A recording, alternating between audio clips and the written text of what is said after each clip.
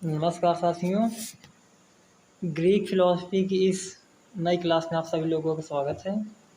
उम्मीद करते हैं कि आप सभी लोग अच्छे होंगे। आप लोगों की पढ़ाई काफ़ी कुशल मंगल चल रही होगी। आज हम लोग देखेंगे थेलीस, एनाक्सिमेंडर तथा एनाक्सिमीन्स।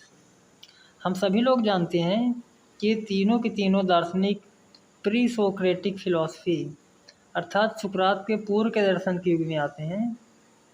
पहले हम सभी लोग इन तीनों का प्रारंभिक परिचय देखेंगे तथा इन तीनों के दर्शन का उद्देश्य देखेंगे। इसके बाद हम लोग क्रम से इनके दर्शन के अन्य महत्वपूर्ण बिंदुओं को, जैसे उनके निष्कर्ष क्या हैं, उनकी विधियाँ क्या है, उनके दर्शन के दार्शनिक स्वरूप क्या हैं, फिलोसॉफिकल स्टैंड पॉइंट क्या है, इन सारे पक्षों को ठीक से समझेंगे।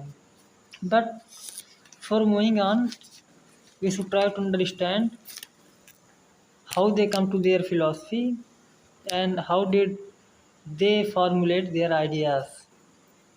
तो ग्रीक दर्शन मुख्य रूप से दो भागों में विभाजित है। क्रोनोलॉजिकल दृष्टि से, कालखंड की दृष्टि से, समय की दृष्टि से। जैसे आप लोग इतिहास पढ़ते हैं, इतिहास में आप लोग कहते हैं कि यह मध्यकालीन भारत है, या प्राचीन कालीन भारत है, अथवा यह वर्तमान भारत है। वैसे ही जब हम लोग ग्रीक फिलॉसफी पढ़ते हैं तो ग्रीक फिलॉसफी का जो पहला मोटा विभाजन होता है वह होता है प्री सोक्रेटिक फिलॉसफी अर्थात सुकरात के पूर्व का दर्शन। दूसरा होता है सुकरात के बाद का दर्शन। इसलिए अच्छा शब्द हो सकता है पोस्ट सोक्रेटिक फिलॉसफी या after Socratic philosophy. Pre Socratic philosophy भी किसी एक व्यक्ति के बारे में नहीं है, उसमें बहुत सारे दार्शनिक आते हैं, बहुत सारी दार्शनिक परंपराएं आती हैं तथा सभी अलग अलग दार्शनिक परंपराओं के, अलग अलग दार्शनिक संप्रदायों के लिए दर्शन का स्वरूप, दर्शन की जिज्ञासा, दर्शन का कारण तथा दार्शनिक प्रश्न अलग अलग होते हैं। अतः प्री सोक्रेटिक फिलॉसफी को हम लोग तीन भागों में बांट सकते हैं कि पूरे की पूरे प्री सोक्रेटिक फिलॉसफी के दर्शन का उद्देश्य क्या था। कुल तीन समस्याओं पर विचार करना। The first problem was that what is ultimate substance, अर्थात मूल द्रव्य क्या है, फंडामेंटल सब्सटेंस क्या है। अर्थात यह संसार की सारी चीज़ें, चाहे चर चीज़ें हों चाहे अचर चीज़ें हों, वेदर इट इज़ माइंड और मैटर, हमारी सारी चीज़ें चेतना हो या वस्तु है किनसे मिल के बनी है। दूसरा महत्वपूर्ण प्रश्न था द प्रॉब्लम ऑफ चेंज, जिसको हम लोग बोलते हैं गति अथवा परिमाण की समस्या। अगर किसी ने यहाँ बता भी दिया कि दुनिया की सारी चीज़ें इन चीज़ों से मिलकर बनी हुई हैं, तो दूसरी समस्या होगी कि जब हम समाज में, जब हम संसार में डाइवर्सिटी देखते हैं, वस्तु में विभिन्नता देखते हैं, एक वस्तु दूसरे वस्तु से गुण की दृष्टि से भी अलग है, परिमाण की दृष्टि से भी अलग है, तो इन डाइवर्सिटी को समझाने के लिए भी एक अलग स्कूल आता है, एक अलग फिलोसॉफिकल स्कूल उभर कर सामने आता है। तीसरी जो महत्वपूर्ण समस्या होती है प्री सोक्रेटिक फिलॉसफी की, वह थी the solution of the problem of motion या प्रॉब्लम ऑफ चेंज, कि जो गति की समस्या है इसका समाधान क्या था। और इन्हीं तीनों केंद्रीय समस्याओं के इर्द गिर्द फिर हम लोग देखेंगे कि कैसे पूरा का पूरा जो ग्रीक प्री सोक्रेटिक फिलॉसफी है या सुकरात के पूर्व का दर्शन है उसका विकास होता है। तो इन दर्शन में जो सबसे पहले नाम आता है वह आता है आयोनिक स्कूल का। आयोनिक संप्रदाय एक दार्शनिक संप्रदाय था और इसके मुख्य प्रतिनिधि दार्शनिक मुख्य रूप से तीन थे, थेलीस, एनाक्सिमेंडर तथा एनाक्सिमीन्स। थेलीस को पाश्चात्य दर्शन का पिता भी बोला जाता है, the father of western philosophy. यहाँ पर ध्यान देना है कि हम फादर ऑफ वेस्टर्न फिलॉसफी बोल रहे हैं, ना कि father of modern western philosophy, क्योंकि आधुनिक पाश्चात्य दर्शन के पिता तो कौन है, रेने देकार्ते। तो Thales is considered as the first philosopher and first scientist. Thales को प्रथम दार्शनिक भी माना जाता है, प्रथम वैज्ञानिक भी माना जाता है, क्योंकि थेलीस वह पहला व्यक्ति था जिसने जगत के बारे में, जिसने संसार के बारे में रूढ़िवादी चिंतन न करके, केवल मान लेने चिंतन न करके उसने कुछ तार्किक सोचा, उसके जो प्रश्न थे, उसकी जो जिज्ञासा थी, वह काफ़ी साइंटिफिक थी, काफ़ी जेन्युइन भी थी। जैसे थेलीस का जो मूल प्रश्न था, थेलीस यह जानने में अधिक उत्सुक था कि इस संसार की सभी चीज़ें किससे मिलकर के बनी हुई हैं। संसार के सभी चराचर प्राणी, वस्तुएं, इन सब का सृजन कैसे होता है, इनका निर्माण क्या होता है, अर्थात what are the fundamental substance of this world, this universe. और थेलीज अपने दर्शन की व्याख्या करते हुए इस निष्कर्ष पर आता है कि संसार की सभी वस्तुएं जल से मिलकर बनी हैं। All the things in this universe are made up of water.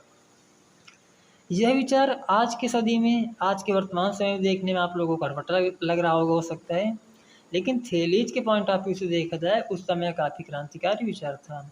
इसके क्रांतिकारी होने के दो प्रमुख कारण हैं। प्रथम, थेलीज जिस समय यह बात बोलता है कि संसार की सभी चीज़ें, सभी वस्तुएं जल से मिलकर के बनी हैं, उस समय या उसके बाद भी लंबे समय तक या आज भी दुनिया में बहुत सारे लोगों का मानना है कि इस संसार को बनाने वाली कोई दैवी शक्ति है, कोई ईश्वर है। जो लोग बाइबिल मानते हैं वो कुछ और कहेंगे, उनके लिए जीसस है। जो कुरान मानते हैं वो कहेंगे अल्लाह का रहम है सब। प्रश्न यहाँ पर ये नहीं कि अल्लाह है कि नहीं, बाइबिल सही कि नहीं, गीता सही कि नहीं।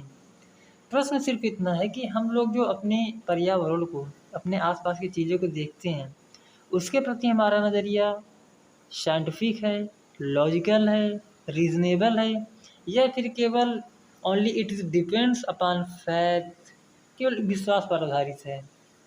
तो थेलीज इस दृष्टि से भी बहुत महत्वपूर्ण दार्शनिक माना जाता है कि थेलीज ने सर्वप्रथम पहली बार उसने एक प्रयोग एवं निरीक्षण की विधि द्वारा उसने बाह्य जगत को समझने की कोशिश की, और थेलीज ने जो निष्कर्ष दिया, थेलीज के अनुसार जो इस विश्व का उपादान कारण है, जो material cause of this world है, वह क्या है, पानी है।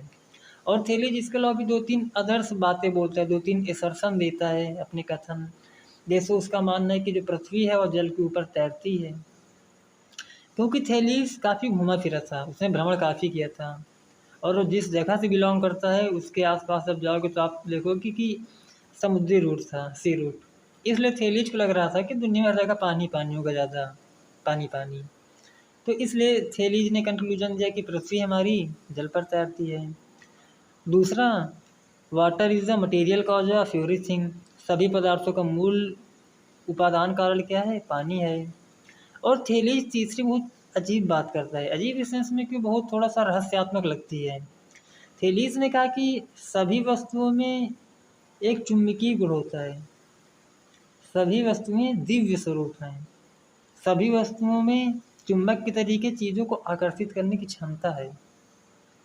यह गुण केवल एक वस्तु में नहीं होता, बल्कि यह गुण सभी वस्तु में होता है।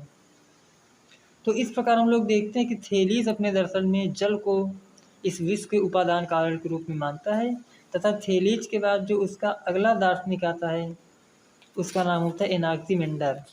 एनाक्सीमेंडर भी थेलीज के तरीके अपने दर्शन के लक्ष्य में, अपने दर्शन के केंद्र में सेम समस्या को रखता है कि दुनिया की सारी चीज़ें किससे बनी हैं।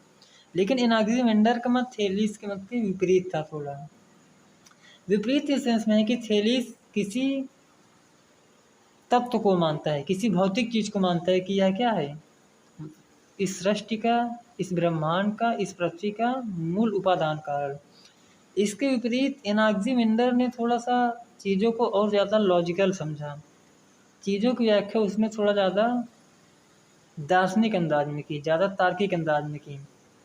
एनाक्सीमेंडर के अनुसार इस दुनिया का निर्माण किसी जल वगैरह से नहीं हुआ, जबकि इस दुनिया का निर्माण जिस चीज़ से हुआ है उसको एक नाम देता है, कहते हुए क्या है, एपाइरन है। उससे पूछा गया कि भाई साहब एपाइरन क्या है, तब एनाक्सीमेंडर बोलता है कि एपाइरन वह है जो लिमिटलेस है, बाउंडलेस है, अर्थात एक ऐसा है जो असीम है, जिस पर कोई सीमा न खींची जा सके, जो संपूर्ण सीमाओं का अतिक्रमण कर जाता है, वही एपाइरन है। साथियों, अगर आप उस समय पर जाओगे, उस टाइम में, उस फ्लैशबैक में, तो सेम उसी समय हमारे देश में उपनिषद भी लिखे जा रहे थे। आप उपनिषद में भी देखोगे कि एक ही सत्य को अनेक भांति बोला गया है। हमारे उपनिषद के ऋषि स्वयं उद्घोषणा करते हैं कि वह जो परम तत्व है, जो अल्टीमेट एलिमेंट है, जो अल्टीमेट सब्सटेंस है, उसको ना तो मन से, ना तो कर्म से, ना तो वचन से, ना वाणी से, ना इंद्रियों से जाना ही नहीं जा सकता। वह ससीम नहीं है, वह आसीम है, वह साकार नहीं है, वह निराकार है। तो यहाँ पर एनाक्सिमेंडर की कुछ बातें जो रिफ्लेक्शन उपनिषद का, the reflection of Upanishad thought can be seen in the philosophy of Anaximander. तो यूजीसी नेट के पॉइंट ऑफ व्यू से इसमें कोई बहुत क्वेश्चंस नहीं पूछता, दो ही क्वेश्चन पूछता है। एक क्वेश्चन पूछ लेता है कि एपाइरन का कॉन्सेप्ट किसने दिया, तो आप लोगों को आसानी से याद करके लगा देना है टिक कि एनाक्सिमेंडर ने दिया। दूसरा पूछ सकता है यदा कदा कि एक किताब का नाम है ऑन नेचर, ऑन नेचर किसने लिखा, तो ऑन नेचर किताब के भी जो रचयिता थे वह थे एनाक्सिमेंडर। अब साथियों आते हैं तीसरे पर। तीसरे हमारे जो दार्शनिक होते हैं आयोनिक संप्रदाय के, उनका नाम था एनाक्सिमीन। एनाक्सिमीनिस कुछ बुक में लिखा है, थोड़ा सा इसका प्रोनाउंसिएशन मुझे तो कठिन लगता है, आप लोग अपना देख लेना। एनाक्सिमीन्स, एनाक्सिमीन्स ना तो थेलीज के मत को स्वीकार करते हैं, ना तो एनाक्सिमेंडर के, लेकिन उनके भी दर्शन का केंद्रीय लक्ष्य था, उनके भी दर्शन का जो केंद्रीय उद्देश्य था वह यह जान लेना था कि इस संपूर्ण जगत में, इस संपूर्ण ब्रह्मांड में, विश्व में, दुनिया की जितनी भी चीज़ें बनी वह बनी किससे हैं। और इस विचार को स्थापित करने के लिए, इसका सही उत्तर पाने के लिए एनाक्सिमीन्स जिस लक्ष्य पर आते हैं, जिस निष्कर्ष पर आते हैं, उन्होंने उसका नाम रखा वायु। एनाक्सिमीन्स के अनुसार दुनिया की सारी चीज़ें वायु से मिलकर के बनी हैं। वायु को उन्होंने जगत का मूल उपादान कारण बताया कि the air is the ultimate material cause of this universe. और इसके पीछे उन्होंने अपने 2 से 3 कारण भी बताए। जैसे उन्होंने बताया कि कैसे वायु ठंडी होने पर उसके साथ क्या होता है, जो वायु ठंडी होती है उसके बाद गर्म होने पर क्या होता है। वो अनेक प्रकार की प्रक्रियाओं की बात करते हैं। वो सारी चीज़ें आपके एकेडमिक एग्जाम्स के लिए हो सकती हैं, लेकिन यहाँ पर शॉर्ट में बताएं तो यूजीसी नेट के एग्ज़ाम के पॉइंट ऑफ व्यू से 3 चीज़ें बहुत महत्वपूर्ण हो जाती हैं। तो यह जान लेना कि थेलीज ने जल को माना मूल उपादान कारण, एनाक्सिमेंडर ने एपाइरन को, तथा एनाक्सिमीन्स ने वायु को। ऑन नेचर किसकी किताब है, ऑन नेचर एनाक्सिमेंडर की किताब है। थेलीज, एनाक्सिमेंडर तथा एनाक्सिमीन ये किस संप्रदाय से आते हैं, ये किस पीरियड के आते हैं, ये आते हैं प्री सोक्रेटिक फिलॉसफी से। Thank you.